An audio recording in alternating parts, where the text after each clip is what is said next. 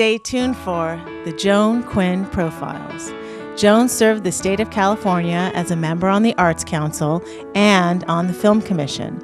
She was formerly on the Architectural Commission and fulfilled 2 terms on the Fine Arts Commission for the city of Beverly Hills. As an editor for Andy Warhol's Intrview magazine, Condé Nast Publications, and the Hearst Corporation, Joan covered the world of fashion, the mysteries of food, the excitement of theater, and the international art scene. She continues to find people who are on the cutting edge of their professions. Here's Joan Quinn. Hi, I'm Joan Quinn, and welcome back to the Joan Quinn Profiles. Our guest is actor, writer, director, producer, author, on and on and on, Patrick Kilpatrick, who was raised in Connecticut, went to the Gilbert School. He graduated with a Bachelor of Arts at the University of Richmond, and he did his graduate studies in film and TV at NYU.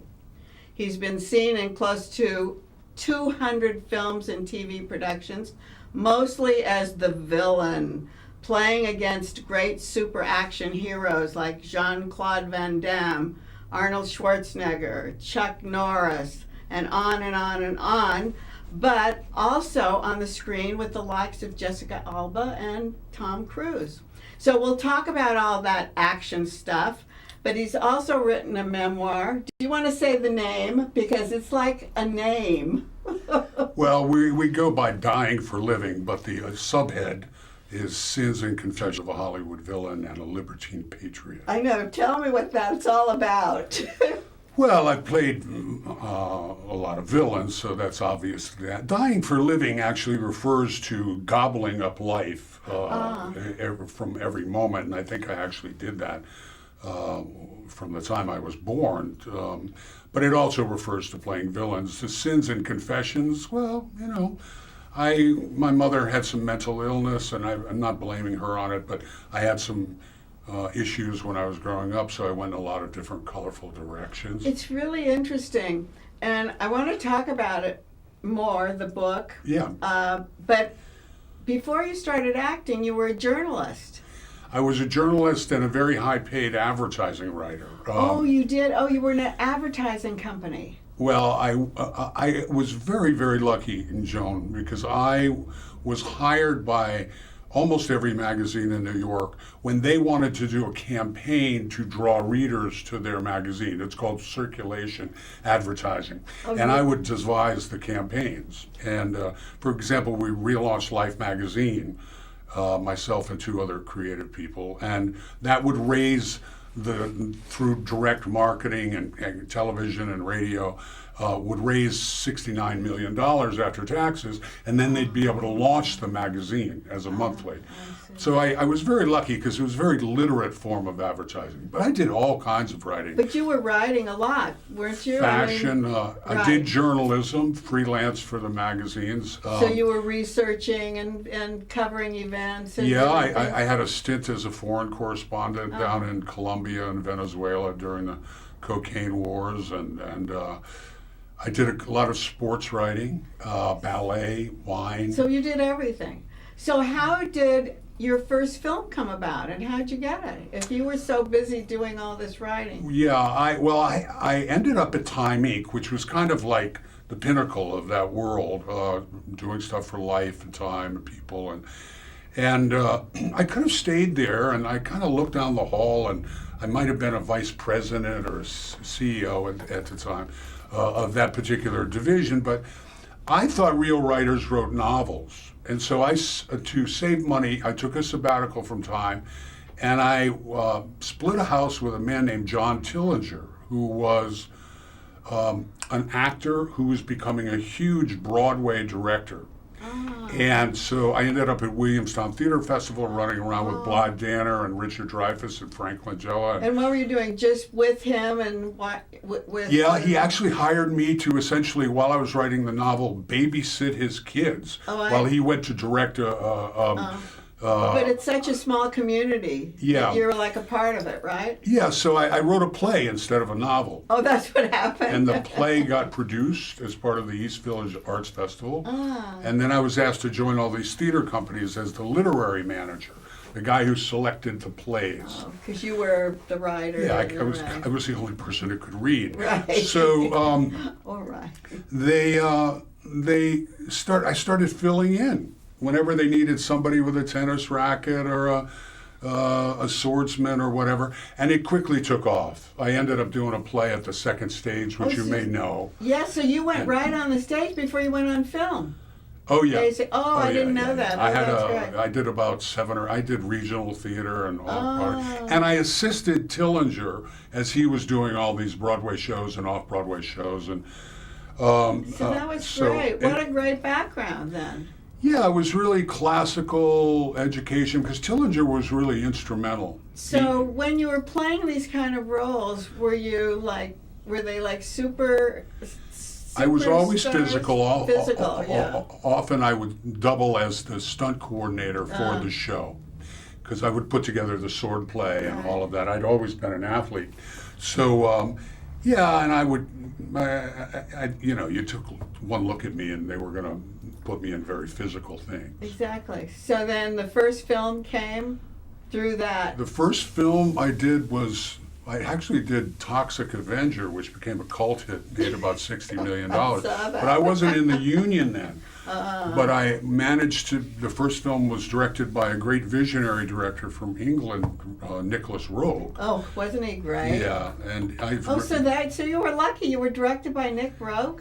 I was in my first SAG film. Wow. And I talk about it in the film. He seemed fascinated that I could drive and act. And so, and he also had an interesting thing, like Spielberg, Guy Hamilton, all these fabulous directors, Nick Roeg, they never would audition me. I'd go in and talk to them. I'd be prepared to audition, but they would, they'd say, well, we start tomorrow, or they'd talk to me for a little while. Because of the way you looked. Well, partly because I think they're masterful at their medium, and they know they can manipulate. That's what I mean, and they knew that you were what they were looking for. So why even have you when you were taking on these roles? Then you became like the villain in all these other films, and I did in the beginning. I played a lot of things. There'd been a smattering of things. The villains sort of took off after a while, but it's funny. I was thinking the other day. When I was in first grade, we did the Pied Piper of Hamelin, and they made me the villain. Oh, even then? In first grade. So whatever it was, I think there was a certain recklessness about me. And do you do your own stunts? I did about 95% of them. There was a wonderful man named Dave Rowden who did some very lethal things. There's a famous one, Last Man Standing. But pretty much, I loved doing it because it was interesting. When you were taking these roles, like for Arnold and Steven Seagal and Chuck Norris, do you have to train a certain way for each role? Is there a different style? You look at the script and figure out what you're doing. I call it movie black belt.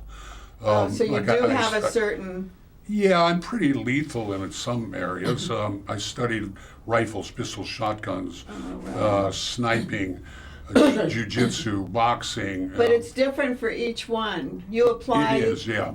You look at the physical business, whether it's doing a French dialect or whether it's... and can you do that? Can you do a French dialect? Yeah, sure. I actually studied schoolboy French for about 9 years. Oh, but, so you can do that. Dialects, I teach, I have run a mentorship program for young actors, and one of the things we always stress is so that you have as much versatility as make a passionate hobby out of dialects. So that's really difficult. So that's It's difficult when you begin, but the more you do it, your mind kind of explodes and it becomes much more easy. So you've got dialect, you've got voice, you've got dance, you've got martial arts, you've got driving motorcycles, precision driving.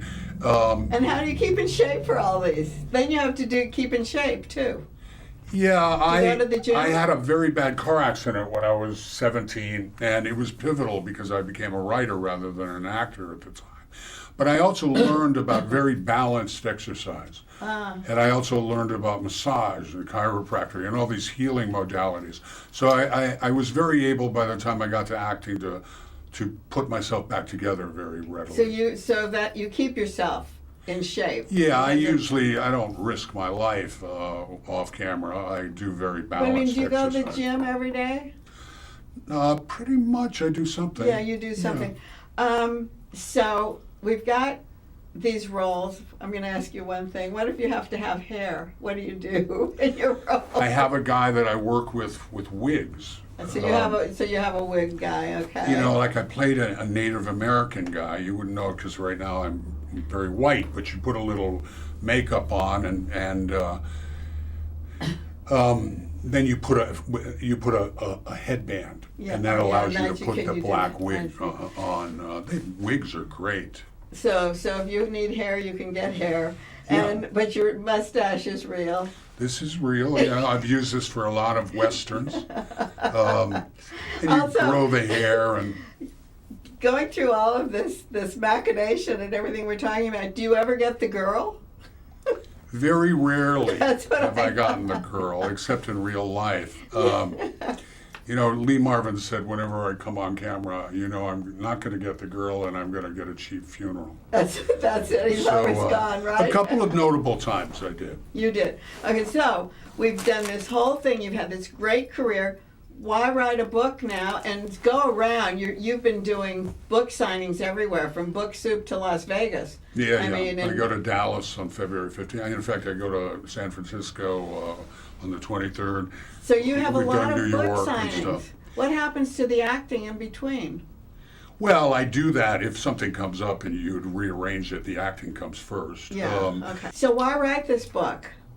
Well, there are a lot of reasons. One, you know, having been a writer all my life, it was very pleasant to do something, being a producer and a director and teacher and all of that, and actor. It was nice to do something that I didn't need these squads of people to be collaborative with. Oh, you were yourself. Yeah. You did. But it's got such a style. It's really stylistically like something I've never read before.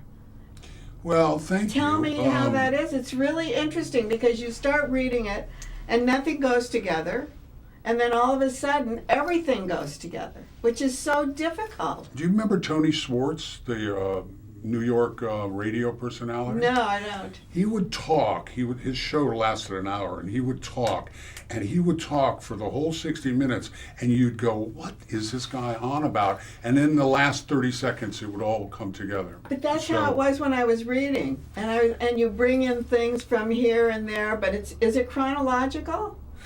I stick to the narrative a lot. You want to keep the narrative driving along, but I think we live in a great time where, let's say cinematically, you take Pulp Fiction, it doesn't have to be linear. That's the thing. It just has to follow along. I think the audiences are a lot smarter than a lot of people think. They can follow What about the stuff. style? The style. Do you have a style? Is it called a style of any sort? Well, you know, I've been influenced by a lot of different people, but I think you want to find your own voice. Certainly, I've been influenced by advertising writing. I've been influenced by Hunter Thompson and Ken Kesey and Tom Wolfe and Fitzgerald and Hemingway and all of those guys. But I try to do it in an imagistic yet communicative way. And we see on here it says Volume 1, Upbringing. Yeah. What's Volume 2? Well, I knew full on that what people mostly would want to be interested in would be the Hollywood things. Uh-huh. And so, but like any memoir, if you read Rod Stewart's memoir, it tells about his upbringing. But I ended up with a 600-page manuscript, and I felt that was too much for. And you wanted it all in. Yeah, I wanted everything that was compelling. The greatest sin is to be boring, whether you're filmmaking or whatever. And so, and I had a compelling upbringing. So I covered that. And at the same time, we front-loaded a lot of the political stuff that's going on. I know, but that's why it's so interesting. We're reading one thing, and then something's coming in from here, and something's coming in from there. Well, I don't want to, you got to judge it subjectively. I don't want people to be bored. No, it's not. It's like awakening. Well, there you go. God You love like you. that? I'm going to give you an extra special hug right after Yay! the show. And I think we're just about finished. But I wanted you. Yeah, go on. Well, I was just going to say that your audience can find the book on Amazon and Barnes and Nobles. Right. And if they want an autographed copy and they can't get to one of our signings, they just go to patrickkilpatrick.com. Patrick, I know. And by the way, a portion of all the proceeds go to Disabled Veterans of America. Oh, that's so good. Yeah. And you talked about mentoring kids, so I know you're giving back to the community. Yeah, and it's a great privilege to do that. And I'm so happy that you're doing it. God bless you. Thank you very And much. thank you for being with us. 'Cause My I pleasure. know you had a really busy day.